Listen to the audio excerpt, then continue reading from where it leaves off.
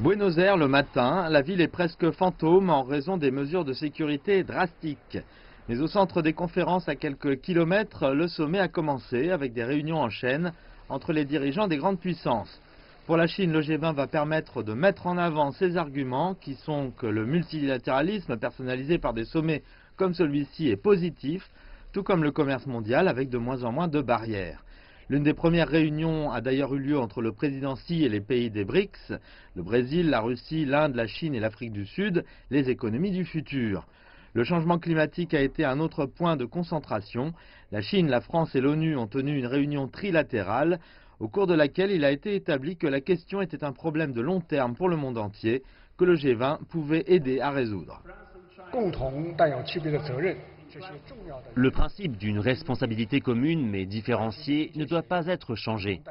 Ceci, plus le principe d'égalité et de chacun selon ses propres capacités, est inscrit dans l'accord de Paris.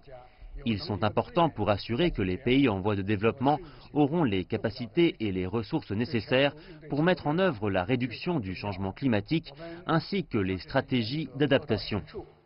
Mais au sommet se trouve aussi une personne sceptique sur ces sujets.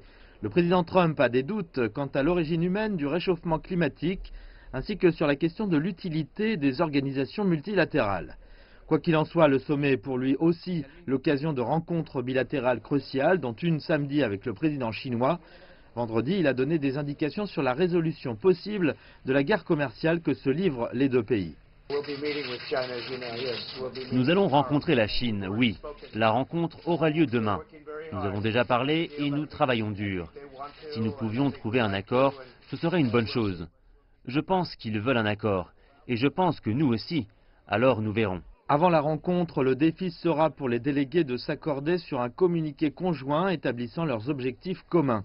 Les travaux dans ce sens continueront dans la nuit.